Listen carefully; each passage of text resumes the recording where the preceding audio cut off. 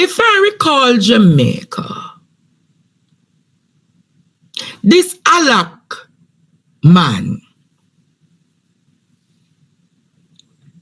you remember in the Corona period,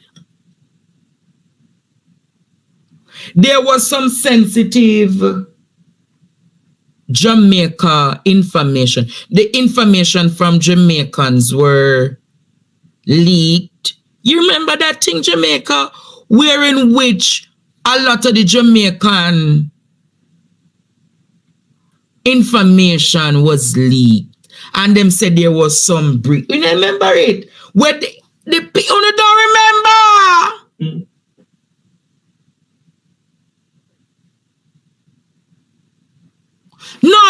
No, people. You don't remember the portal that was there, man, and the information for the Jamaican people.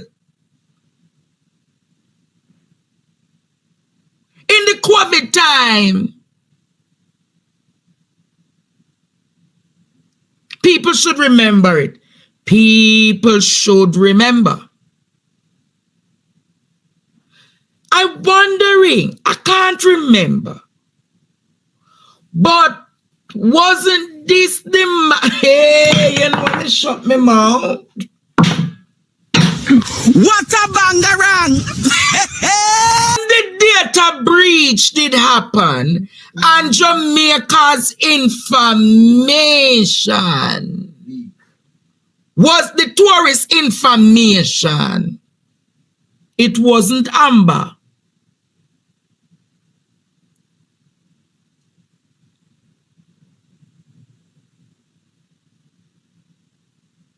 Remember now?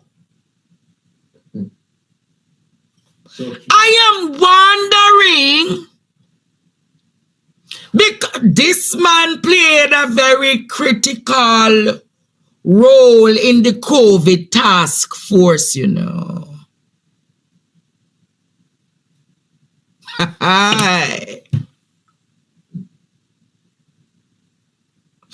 if you recall, on March 28th, visit to India, it has been solely focused on digital governance. Hey.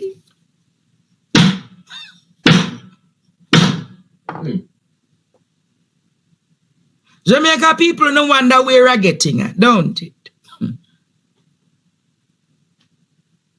Oh, no wonder where we're getting at. But are getting somewhere.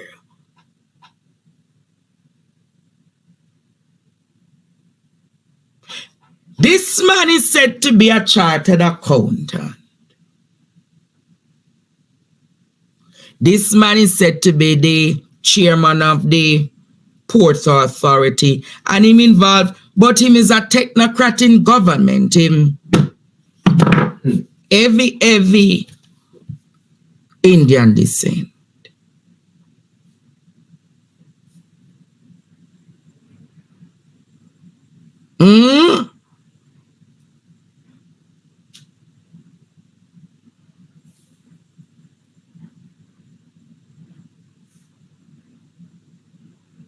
So if you remember all that I am saying, if you remember all that I am saying tonight, Jamaica, it's pretty interesting, the mastermind who is said to become the face in the Ministry of Finance, who will be walking the corridors of the Ministry of Finance. I said that to say tonight, Jamaica,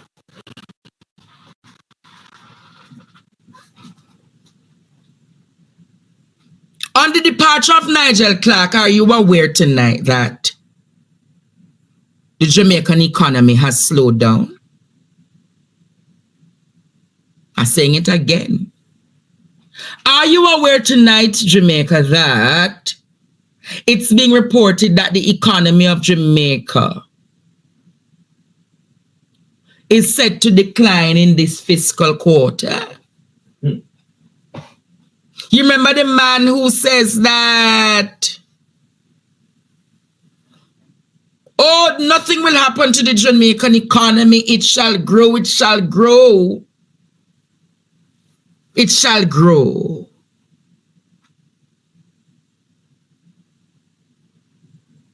Are you aware now? So when I listened to Clark's presentation in the Houses of Parliament yesterday, he not only blamed the economy for slowing down because of Beryl. He now is saying, Jamaica, I want you all to remember, when the travel advisory came out, it was Nigel, it was Andrew, and I'm sure it was Ed Bartlett who said the travel advisory will not have an impact on our economy. You remember that, right? Who remember they said the travel advisory would not have an impact on our economy? Hey! Now Jamaica, here come Nigel Clark yesterday in the parliament saying because of the travel advisory, it has slowed down the Jamaican economy because him saying that enough tourists don't come to the island. But I've been saying it for some time now. I have been saying it for some time now, Jamaica, that the travel advisory go and fix the business, you know. And they were vehemently adamant that nothing would have happened to us. But I can tell you, talking to hoteliers, go and talk to the hoteliers in Negril. Are you aware that there are some hotels that have to be closed temporarily until the winter tourist season starts? Are you aware that Dolphin Cove has significantly lost revenue in this tourist season? Are you aware, Jamaica? No, many of you not aware, you know, because them not advertising it, they're not letting you know. But go and talk to the hoteliers. It's not because of the water issue why the Negril tourists have to close. There is just not enough tourists coming to the island.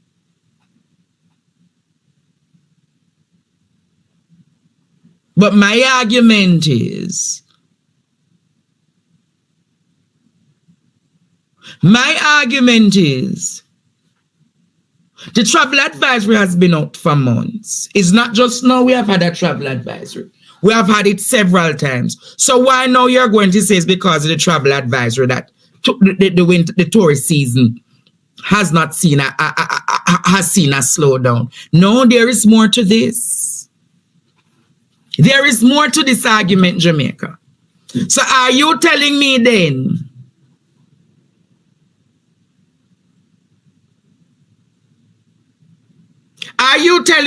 Jamaica, that if we continue on this pathway,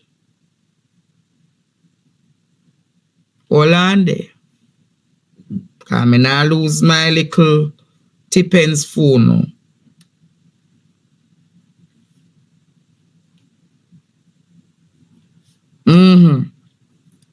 Are you telling me then, Jamaica, that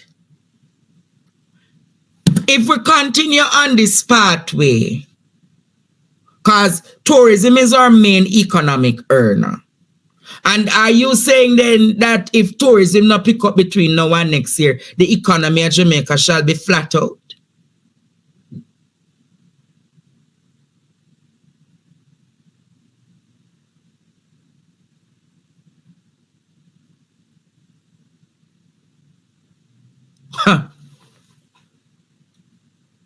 People of Jamaica.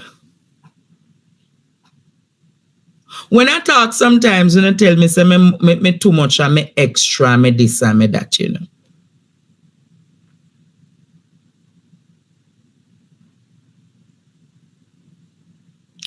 But a lot of people in different circles are very quiet. I know why they're quiet, they're ashamed. The economy has contracted. And because the economy has contracted, much is not being done and much is not being produced because we have a service economy, a service-driven economy.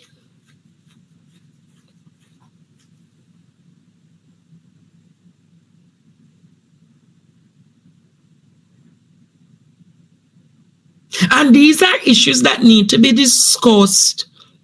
They're not being discussed. So can you imagine now a prime minister, defense, housing, finance, economic growth and job creation?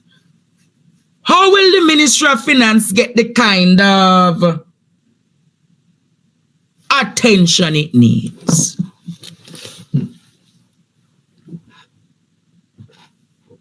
And they all argue that Clark has done such marvelous things for the economy.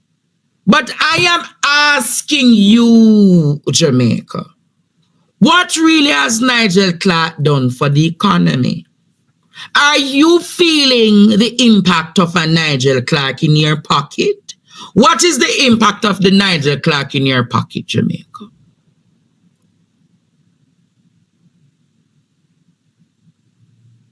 What is the impact of a Nigel Clark in your pockets?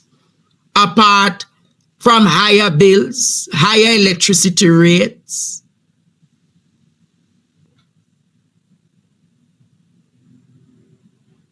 And all of these things happening. And I am saying to myself, Andrew going to go there now and now Jamaica mash up. It's now Jamaica mash up and only don't want to admit it.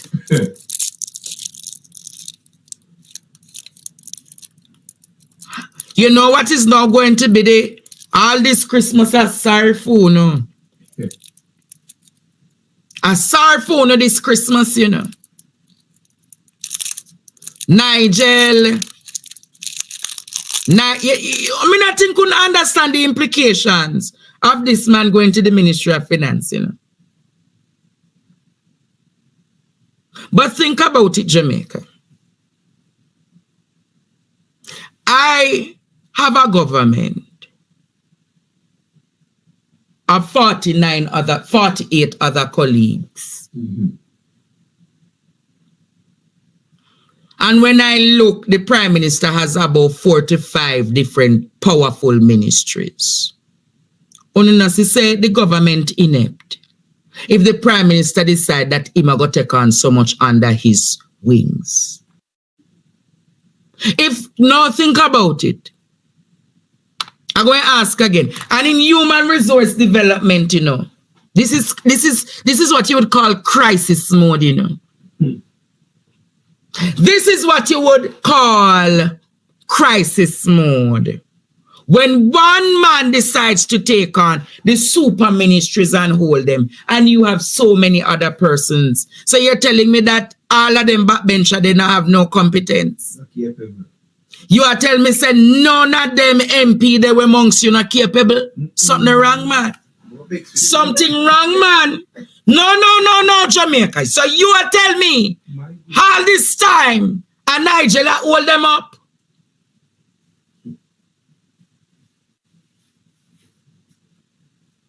So no, Jamaica. So all this time is Nigel. I hold it together. Hey, caramba to tara. So out of 48, you tell me say him not have nobody amongst him.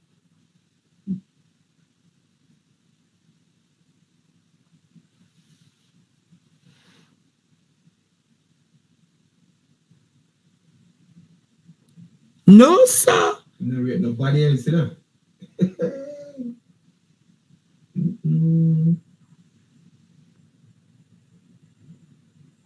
Something wrong, man. People of Jamaica, you see this as something wrong. As a matter of fact, I have a picture for sure. You remember the so-called prophet man? We are talking about the Prime Minister for have how much account? Look at today, Jamaica. Look there. Look there. I want the Prime Minister. Hey, Lord Jesus. People of Jamaica, you remember the man we talk about the Prime Minister for have 50 account? So, look like the Prime Minister hear about him and the first man the Prime Minister go meet today. He might give out houses Manchester today in a Miss Crawford's constituency, you know. And guess who show up and who meet greet first? See who walk him in the meeting there. See it there. People of Jamaica, look who walk him in the meeting. The man was saying him a working at the shadows for the Prime Minister, dark shadow. All right. Partner draw. Partner draw. Andre. Set a rat trap. Set a rat trap. Set a rat trap. The 2 foot rat them. Set a rat trap. Set a rat trap.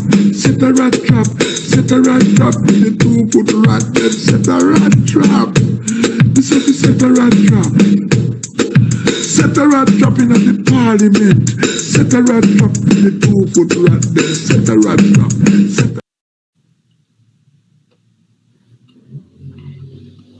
And you know the funny thing about it? Somebody whisper and tell me so no must go Google the man name. And we see we come up on him name on some history overseas.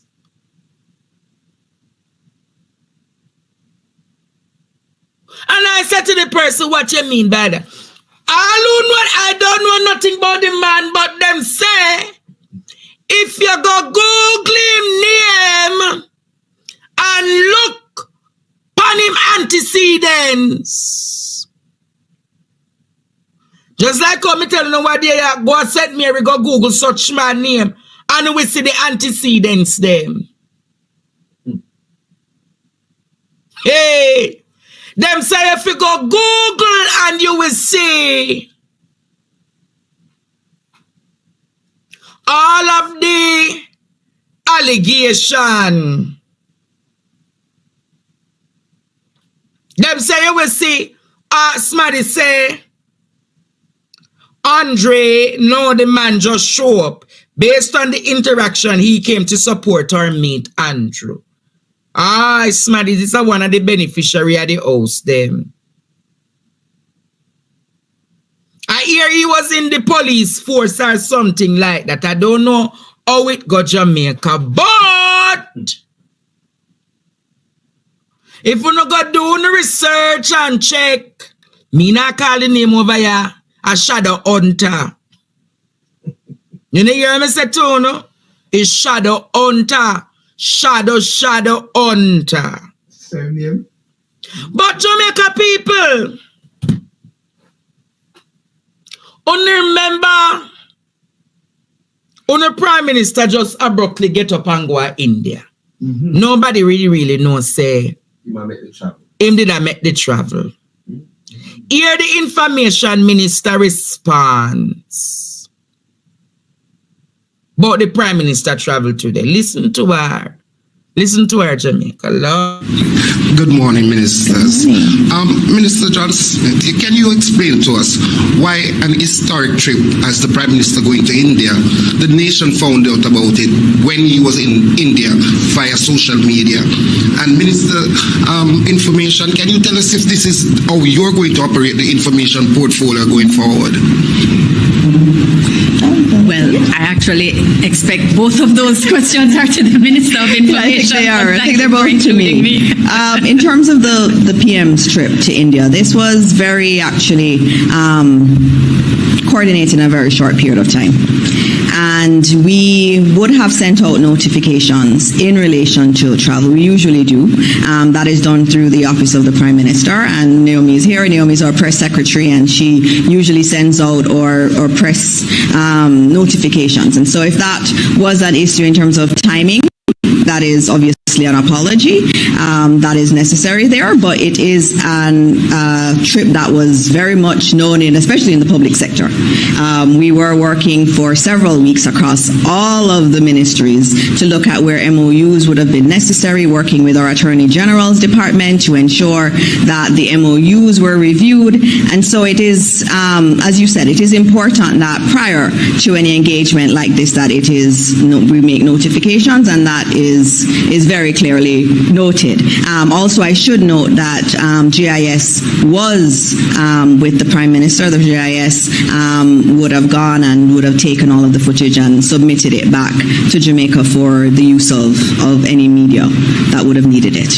Thank you, Minister. And it is regrettable. In fact, recall, Minister, the PM was also at the UN just a few days prior, so it was a very, very hectic period. Hectic period or not, a simple travel advisory to the public. It is the duty of the press secretary and the information minister to keep the nation abreast as to what the prime minister is doing. You hear them? But the public sector was aware. No, public sector never really aware. Them just do the work, but them don't know what and what the prime minister working on. You see, this is hey, Dora, not easy, you know. Explorer. So I want to ask, how much it cost the nation for that trip to India? How much did it cost Jamaica? How many persons were a part of the delegation?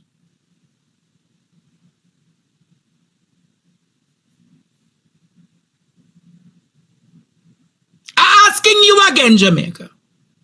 How many persons knew about the trip? Not many of us know.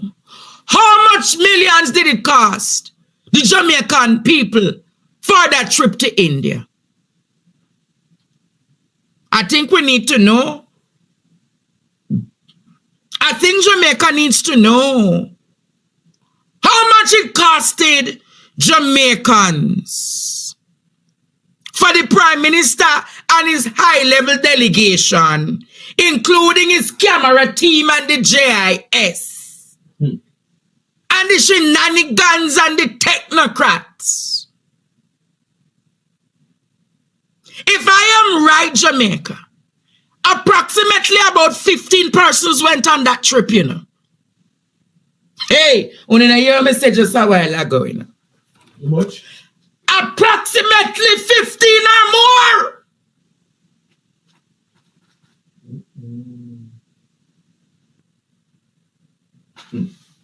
The Prime Minister, the Information Minister, that are Dora with the map head, Kamina, right? Andrew One security team. Do the maths, you know. That's about 4 people. That are 7, don't it? Camera crew. Technocrats. Plus the other people, them Kenny Benjamin. The one from Amber Group.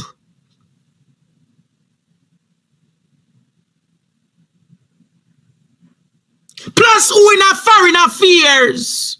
No, we can't put Chris Gale in it because Chris Gale is there in India. Before. Chris Gale basically technically live in India, you know. He just come to Jamaica from time to time. So when you think about it, Jamaica, this trip, them say was planned and this and you remember how them used to cuss. Oh, Mama P taking too much trips. So I moved from United Nations and gone to India, and we the people of Jamaica don't know the benefits of the trip. We the people of India, not hear me I call India, them goes with me with the Ganges. We the people of Jamaica don't know What the trip was about. what the trip was about. All we hearing about is digital governance and digital this. We don't want no digital nothing.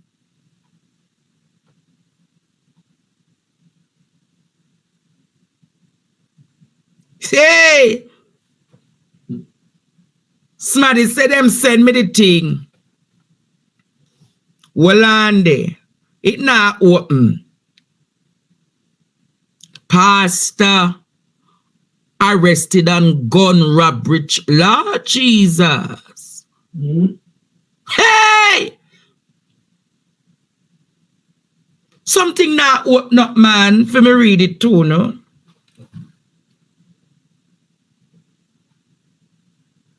Manchester police arrested a pastor, otherwise known as Rydell Rowe, otherwise called as Prophet, while he was preaching at a church on Ward Avenue in Mandeville on Tuesday, August 9.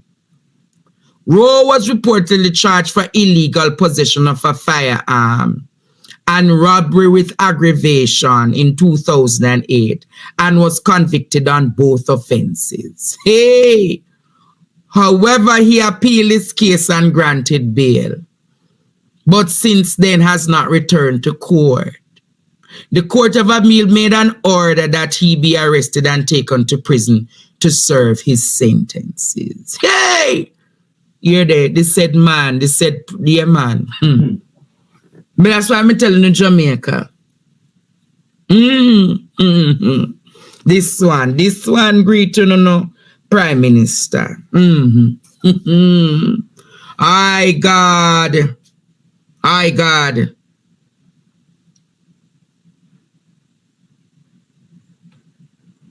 Okay. Only hear there? But I could go back to the argument no. About the trip. So whilst we're talking about the trip, you know, Jamaica,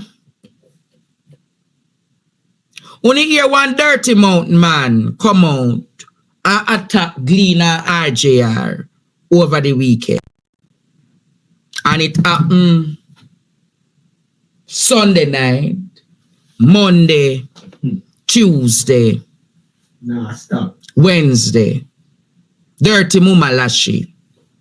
And he attacked the media in such a way that it never looked good. You have not heard another word out of the government to say it was unfortunate that a member of the government said particular things about the media. So here the journalists back her up today in the corner, hear her response. Maped. Listen to my Minister, in recent times, there have been attacks from the political circles on members of the media and media houses. Are you concerned that this will affect our ranking in the press freedom ranking? And you've been deadly silent despite people calling media houses politically aligned and naming journalists as being linked to parties. Why no comment from you, Minister? No, well, you haven't asked me. So here I am now. You asked me. The reality is that this administration is very much committed to press freedom. And I think everything we have done has demonstrated that. And I think even just our commitment to even these Wednesday morning meetings is very much indicative of that. We come here every Wednesday, invite the media, we bring ministers out, we take every question, whether they're hard or easy, we take them. We don't run away from the media. And we believe that the media is absolutely important to democracy. Very, very important. And so we support the media.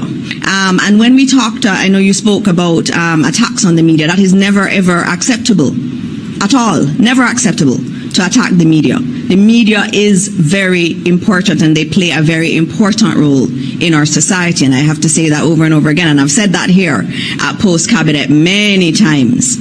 In terms of what we see on social media, that's an issue. And our Prime Minister has been on the record saying that we have to look at social media and look at what is said and what is posted. And we've seen it exacerbated with AI.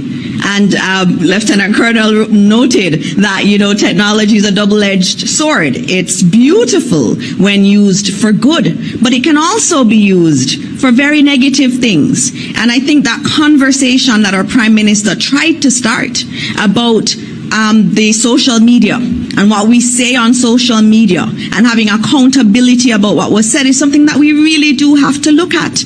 And so it is in relation to the media, but it's in relation to many other areas. We have our children being bullied on social media, and it is something that we have to address. We have many other instances on social media where things are said of people that are untrue, and we have to really as a country decide what kind of country do we want? What country do we want? And so I again reiterate the importance of the media, the importance that we do not attack the media as they do their very legitimate work. And there are many people in the media. They're wonderful people. I see them here coming through Postcab. I get them WhatsApping me and calling me all the time. They're doing their job. Even if it's a hard question, they're doing their job. And so this administration is very, very, very sure that we support the media and we will continue to support the media because we believe that a country that's truly committed to democracy is one that supports the media and does not put up with anything that undermines the role of the media. You know, I did call her Dora, but I never know I had to say swipe and no swiping. I called her Dora, but she obviously turned swiper now. Because we're talking about mainstream media.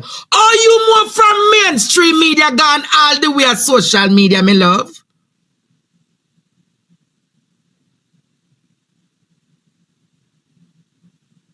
You move all the way. The man talking about parliamentarians attacking media entities. He wasn't speaking about social media. So why you come take on a swipe at social media? We're talking about Mama Lashe and many of you MPs and senators.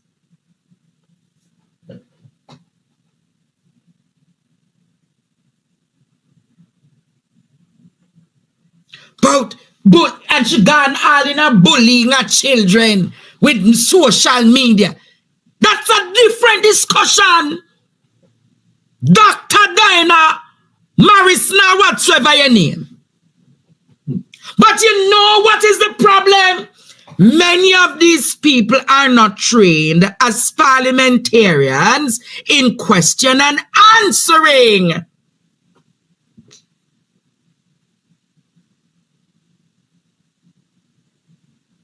The woman could not answer the question because I'm afraid of Mr. Warmington, you know. Rather than she say, I fully condemn the arguments by Member Warmington. She can't say so. So she swiped the conversation, go around to social media, and where Prime Minister say about social media. And then gone in a discussion about AI. And a UCM1 have committees set up for task force for AI. So what you going to talk about AI? You know, sometimes you know me tired of them people here. It's Fred of Mama Lashe, you know. Because them make Mama Lashe launch out now, you know. Because everybody.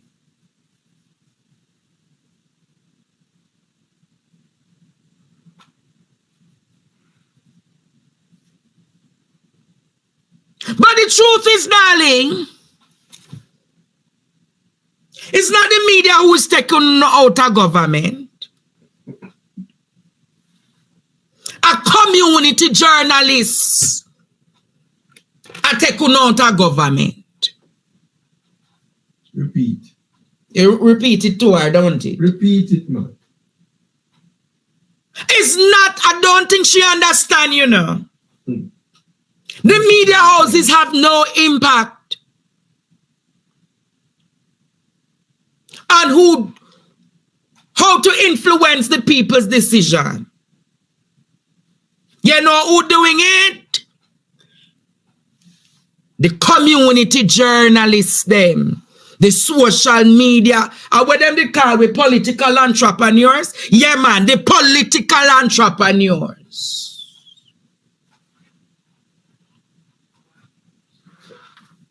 The political entrepreneurs are running a foot hot because the political, you know one thing I have never done, you know, Jamaica.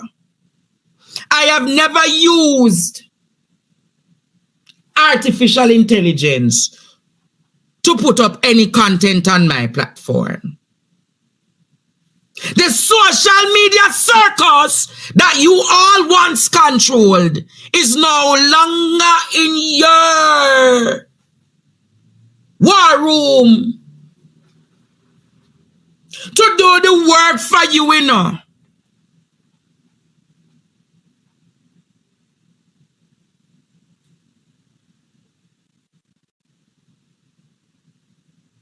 So what you know upset about, you know, is the social media.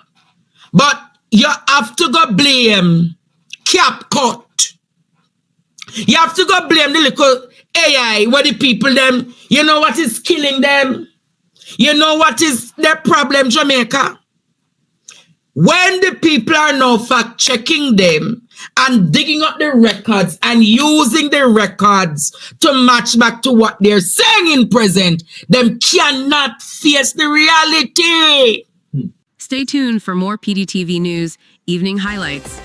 Remember to show your support. Comment, like, share, and subscribe. Thank you for watching.